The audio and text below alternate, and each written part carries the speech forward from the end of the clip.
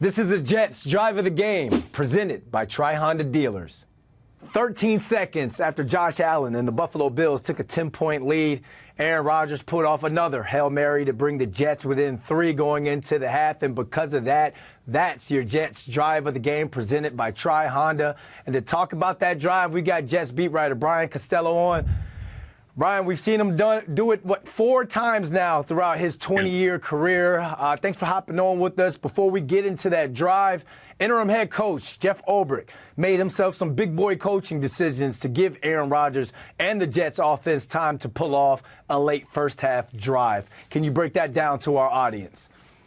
Yeah, I mean, the Bills were driving. They scored the touchdown there. And during that drive, Ulbrich used timeouts with 39 seconds left and 27 seconds left. And people may have been scratching their heads. I think I was, as to, what he was thinking, because there was so little time left. But he was able to get the ball back with 21 seconds left, and that was enough for Aaron Rodgers. That's all he needed was 21 seconds. We've seen this man pull these Hail Marys out of his hat more than any other quarterback in the lead, and it gave them a little momentum going into the second half.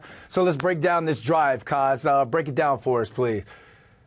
Yeah, I think, the Bills were obviously playing a really soft defense, trying to keep everything in front of them, and Rodgers took advantage of that on 2 quick plays, going to Tyler Conklin and Garrett Wilson, and gets the ball out to midfield. And I think there was 8 seconds left then, and the Bills then were guarding the sidelines. They didn't want the Jets to try to get it out of bounds and stop the clock and then possibly kick a field goal.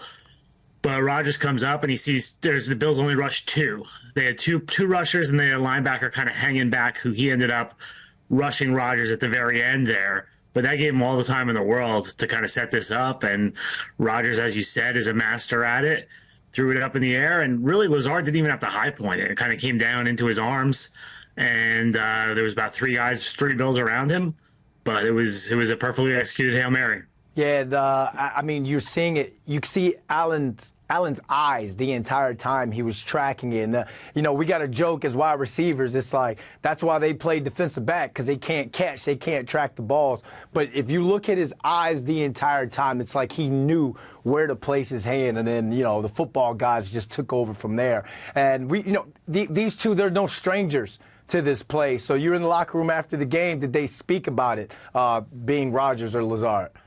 Yeah, I talked to Rodgers. I didn't get to Lazard. He wasn't really celebrating it after the loss, but Yeah. He mentioned the thing that jumped to him was they were only rushing 2. I felt like he kind of was saying, like, you're really only going to rush 2 guys on me here and give me the time to do this, because that's the key to the whole thing. Because if you remember his last year in Green Bay, Brandon, when they played the Giants, he had an unsuccessful one at the end of the game, where the Giants got to him and rushed him, and that's actually when he hurt his thumb.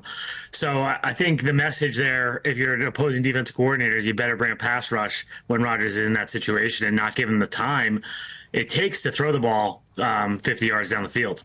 To all the young quarterbacks watching, again, that was a masterclass. Buy time for old, slow receivers like myself to get down the field and get into the end zone so we can play a little jump ball action. Kaz, you're at practice all the time. Is this something you see them run in situational periods while Aaron Rodgers has been with the Jets? I haven't seen it, Brandon. I don't think you practice Hail Marys very much, because I think there's a high percentage chance of injury. I've seen it kind of like in a walkthrough type of setting. I don't think you would do it, though, live, because you're asking for trouble with 8 bodies in the end zone colliding. Yeah. Like, if someone got hurt on that, but I've seen them kind of walk through it and sort of, mimic the steps of doing it. And, Rodgers, like, he can flick the ball 50 yards with ease. So I've seen him do that in practice, sometimes warming up and even when he was off to the side. I remember a point last year when he was dealing with a calf in the spring, and he was off to the side just flicking it 50 yards. So that's not a problem. And, he's amazing, Brandon. Sure, everyone has seen quarterbacks throw the ball into the net or like into a garbage can from distance. Rodgers is ridiculous. Like, when you watch him do that, like, all NFL quarterbacks are pretty good at that and can hit their targets.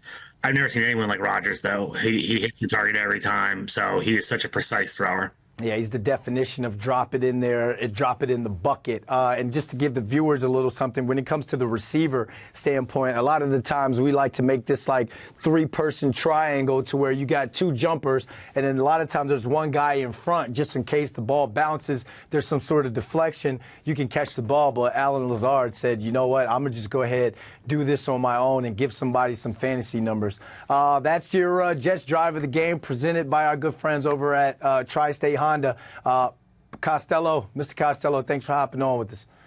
No problem, Brandon.